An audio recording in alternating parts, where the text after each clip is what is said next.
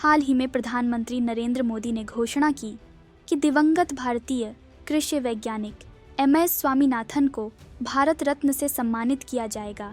श्री स्वामीनाथन जी ने कृषि और किसानों के कल्याण हेतु भारत में उल्लेखनीय योगदान देते हुए उन्होंने चुनौतीपूर्ण समय के दौरान भारत को कृषि में आत्मनिर्भरता हासिल करने में महत्वपूर्ण भूमिका निभाई और भारतीय कृषि को आधुनिक बनाने की दिशा में उत्कृष्ट प्रयास किए। इस वीडियो के माध्यम से जानेंगे कि आखिर कैसे MS स्वामीनाथन ने भारत को खाद्य सुरक्षा हासिल करने में मदद की। तो आइए सबसे पहले जानते हैं उनके प्रारंभिक जीवन के बारे में। अपने करियर की शुरुआत में उन्होंने सिविल सेवाओं के लिए परीक्षा उत्तीर्ण की, लेकिन स्वामीनाथन की रुचि कृषि में थी और जल्द ही उन्होंने इस क्षेत्र में शोध करना शुरू कर दिया। उन्होंने भारत और विदेश दोनों में इस क्षेत्र से संबंधित कई संस्थानों में काम किया, जैसे खाद्य और कृषि संगठन परिषद 1981 से 85 के एक स्वतंत्र अध्यक्ष, प्रकृति और प्राकृतिक संसाधन संरक्षण के लिए अंतर्राष्ट्रीय संघ के अध्यक्ष के रूप में 1984 से 90 तक, 1989 से 96 तक world wide fund for nature के अध्यक्ष और भारतीय कृषि अनुसंधान परिषद के महानिदेशक सहित अन्य। एक साक्षात्कार के दौरान श्री स्वामीनाथन ने कहा कि मैंने कृषि अनुसंधान में जाने का भी फैसला किया, और वह भी आनुवंशिकी और प्रजनन में, इस साधारण कारण से कि एक अच्छी किस्म का सबसे बड़ा प्रभाव होता है। बड़ी संख्या में किसान, चाहे छोटे हों या बड़े, किसी फसल की अच्छी किस्म से लाभान्वित हो सकते हैं। MS स्वामीनाथन ने हरित क्रांति में कैसे योगदान दिया? श्री स्वामीनाथन का शोध उन्हें यूरोप और अमेरिका के शैक्षणिक संस्थानों में ले गया और 1954 में उन्होंने कटक के केंद्रीय चावल अनुसंधान संस्थान में जैपोनिका किस्मों से इंडिका किस्मों में उर्वरक प्रतिक्रिया के लिए जीन स्थानांतरित करने पर काम करना शुरू किया।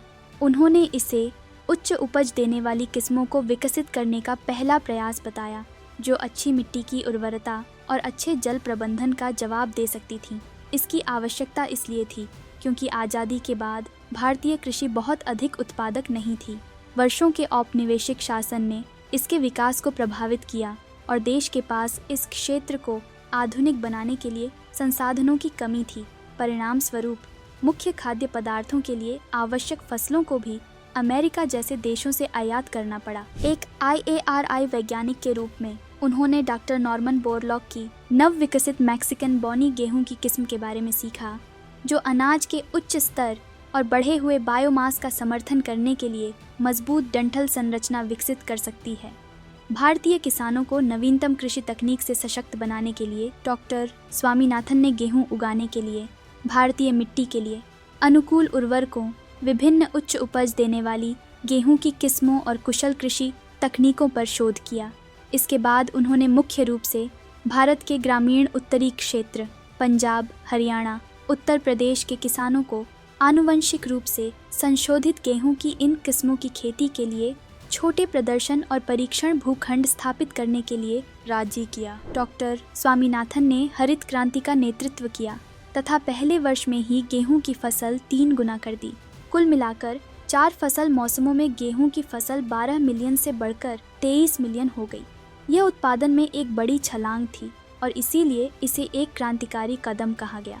गौरतलब है कि 1966 में जिस साल भीषण सूखा पड़ा था, अमेरिका से 10 मिलियन टन PL 480 गेहूं का आयात किया गया था।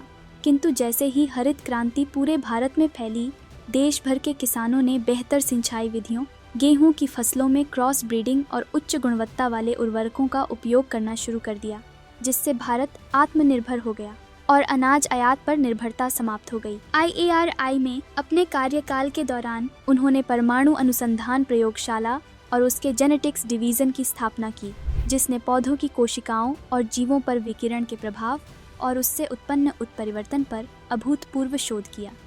भारतीय कृषि अनुसंधान परिषद के महानिदेशक के रूप में नियुक्त डॉक्टर स्वामीनाथन ने पूरे भारत में हजारों ICAR केंद्र स्थापित करके किसानों को मौसम और फसल पैटर्न पर शिक्षित करने के लिए काम किया।